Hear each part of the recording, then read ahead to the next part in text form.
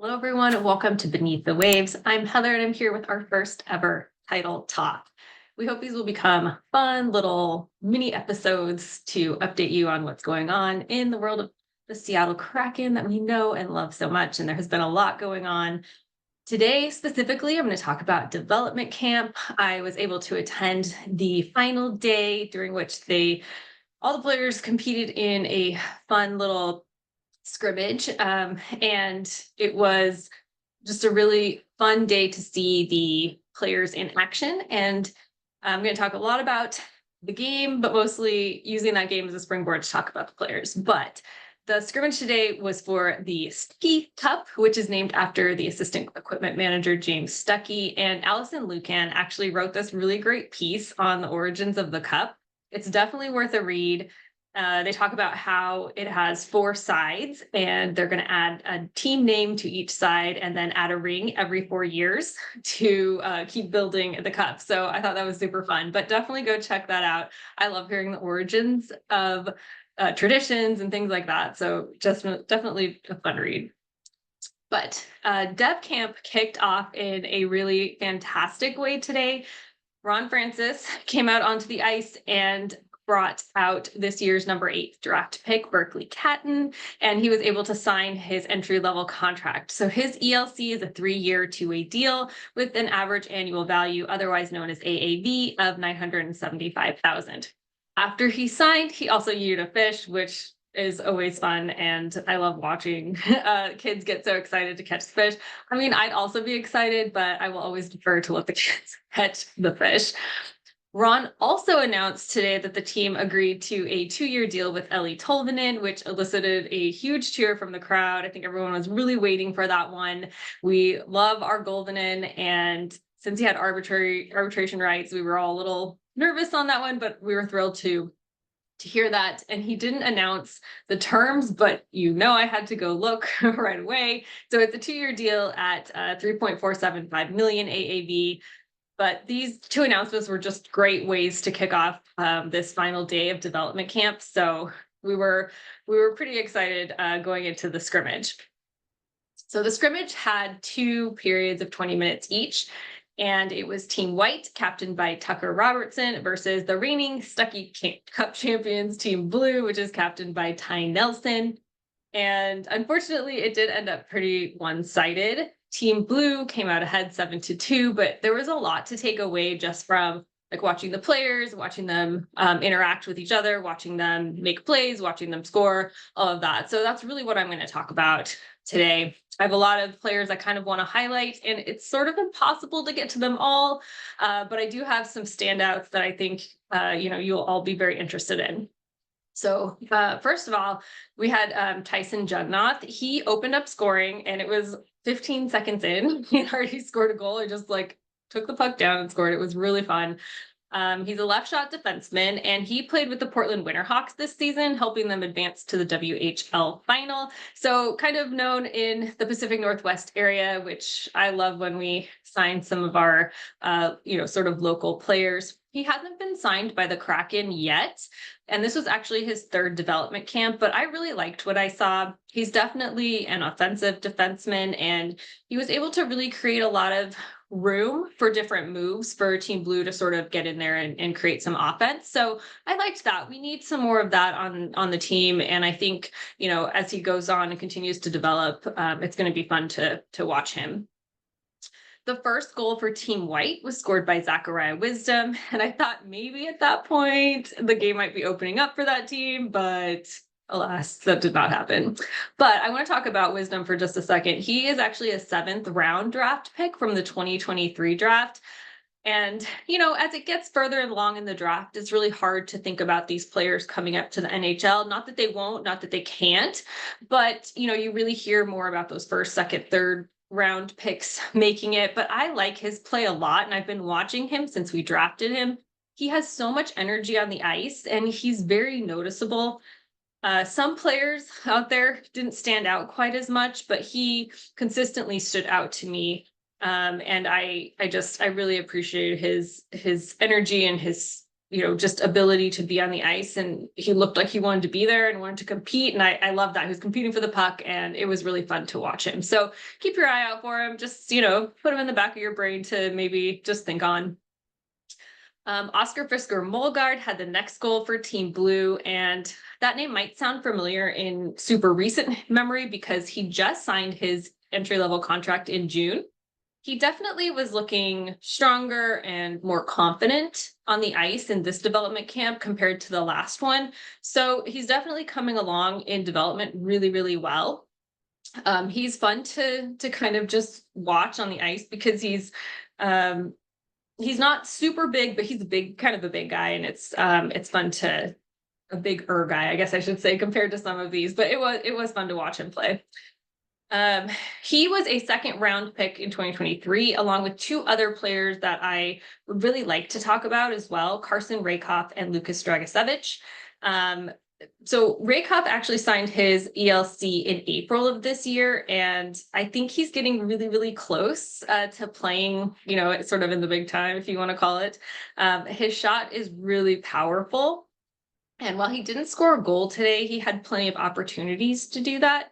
And he had no problem attempting shots from anywhere on the ice. Like, he was willing to really sort of take those chances to try to make something happen.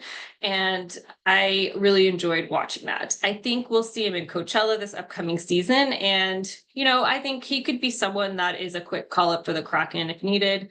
But definitely was impressed by Rehkopf. Dragicevic also signed his ELC earlier this year. He did that in March, and I've been excited about him since the draft. Last year, I actually was writing, articles about different draft players, and I was like kind of keeping my fingers crossed that I would get him. It didn't, but I was still excited for him. He played 3 games with Coachella this past season on his amateur tryout contract, and he had 1 assist during that time. So he wasn't quite ready. He didn't really look like he was quite ready when you watched him. Not that he didn't look bad or anything. He just did not look quite ready. So I don't think he's far off. He just was not ready then. I definitely noticed him today, though. He's a powerful defender. And, at the WHL level, if you look up his stats, he was breaking records for like point streaks and stuff. So he's very, very fun. And I think, like I said, we're not super far off from him, coming up and playing. I don't think we can talk about Dev Camp without talking about Jagger Firkus. The Firkus Circus was definitely in town, and it's quite the show. He actually looked so confident and comfortable out there on the ice. To me, he stood out as looking really skilled as he was moving the puck through traffic, and he's also calm even in tight situations. And not that there was a ton of, really high stress situations during a fun scrimmage, but still, the ability to not lose focus and really stay with the puck is something that he can really do well. His shot is almost unbelievable. Like, every time he would try to make a shot, I just was like, oh, he's gonna try that. Okay. I think we all can't wait for him to make it and to watch him full time at Coachella. And, I think one of the criticisms of him is just his size. He's a little small, but I think, if he continues to grow and build and develop, he's going to be great. And I personally cannot wait. Like, I have been cheering for the Firkus Circus for a while, so I'm really, really, really excited. Lleyton Roed signed his ELC in March, and what's interesting about him is that he's actually undrafted, but he was at Bemidji State, and the Kraken found him and sort of were impressed by him. He played 5 regular season games and 5 playoff games with Coachella this season. And when I saw his name on the, that he was going to play with Coachella, I immediately became interested because it's such an interesting story to come from undrafted to then playing at the AHL level. So it was interesting to see him there, and he did score a goal today. I do think he has a few years before competing for a roster spot, like with the Kraken, but he looked comfortable out there. Like, he looked like he will definitely be doing that in a few seasons, but just another one to kind of keep your eye on.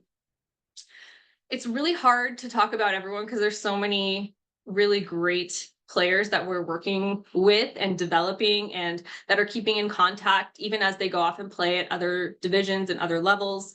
But a few more quick standouts just before I get to the first round draft pick, because I am going to talk about him, I promise. I want to talk about just a few others really quickly. I won't go into too much detail, but Ty Nelson, like, just get this guy to Coachella. Like, he's fun, his personality is great, and he's just a tank. Like, I love Ty Nelson. So let's get him to Coachella. Let's just get it done.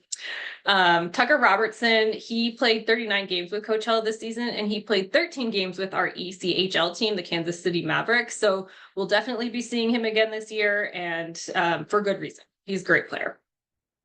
Eduard Sale, he was our draft pick last season, like our first round draft pick last season in 2023. And, to be honest, he didn't stand out to me quite as much as I thought he might. I definitely was looking for him, and, he was kind of quick to get rid of the puck when he had it, and he didn't really look for opportunities to have the puck pass to him. In fact, a player was skating by on his team, and he sort of like stood there and then like kind of turned the other way. It was kind of odd. So I don't know.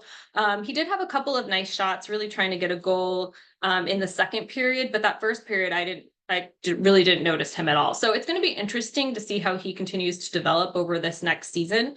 I'm not saying that there's nothing there, like definitely little glimpses I could see, but I think he's got some work to still do before he's ready to play.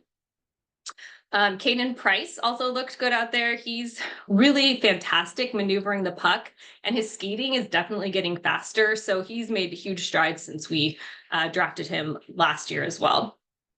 And then lastly, I would have to talk about Viking Gustafsson, because he's still in college, so he's not going to be playing, but he's definitely impressive, and he's huge. Like, he was a head taller than any other player out there today, and that to me was just, we were looking at the ice, and I'm like, who is that? And he turned around, and it was him. So just funny, but great name, and I couldn't leave without talking about that. Okay, lastly, I do want to get to Berkly Catton. So I know that us here at Beneath the Waves weren't super sold on this draft pick, but really it was because there were just so many incredible offensive defensemen still available, especially at number 8. And I think we were sure that was what we were going to go with. It's a need we have, and Ron has drafted so many centers, but I am definitely coming around. He's fast. Like, he was easily beating players to the puck, and he could get out of high danger situations and areas just super quickly. Like, he would take the puck out of particular situation, and he'd be down the ice super quickly before anyone would even sort of like notice almost. He might not be super tall, but what he does have is the ability to use his body to make himself look bigger and even be able to kind of reach for things. Like, I saw him use his stick to just like, I don't know, like snag a puck out from under someone. And they didn't really even have a moment to react, because it didn't look like he would be able to reach it. So very impressive there. He was dangling through players with ease, and it's kind of like when he was on the ice, you really, really wanted to watch him. And he didn't mind trying things, which I really like, because I feel like the Kraken aren't really super willing to take a bunch of risks. And I think we could really use some of that. They're not always going to pay off, but it's really amazing to see a player try. And I appreciated that a lot about Berkly today. Like, he was definitely willing to take some of those risks. And that was very fun. He's very creative, and I can see why they call him the magician, that in Spokane, where he's been playing. He's young, and he was easily playing with some of these campers that are a little bit older than him, and I just can't say enough how impressed I was by him. I understand why Ron drafted him, and I understand why he signed at ELC today, and I think he's a really exciting one to watch. Like, I think in the future, we'll see him for sure. And I think he's going to play a really big part in our team as well. I've said it before, and maybe I lost sight of it, but in Ron we trust, right? And that's true with Catton as well. And, all in all, this was a super successful development camp. I really enjoy watching the younger players and kind of keeping tabs on them through the season. So, if you're interested in sort of learning more about how the team's developing and what it might look like in a few years, I really suggest just, taking some of these players and maybe following their seasons at their respective levels. It's fun because you're watching the future of our team develop right in front of your eyes. And there's really something to be said about that. So I'm excited to see where they go, who gets to develop and play at the pro level. But this was a really fun day, and I'm really grateful to be here in Seattle and get to experience some of these things. So appreciate you going on this journey with me as well. That's all for today in our first ever Tidal Talk. Be sure to subscribe and share, and we'll see you next time.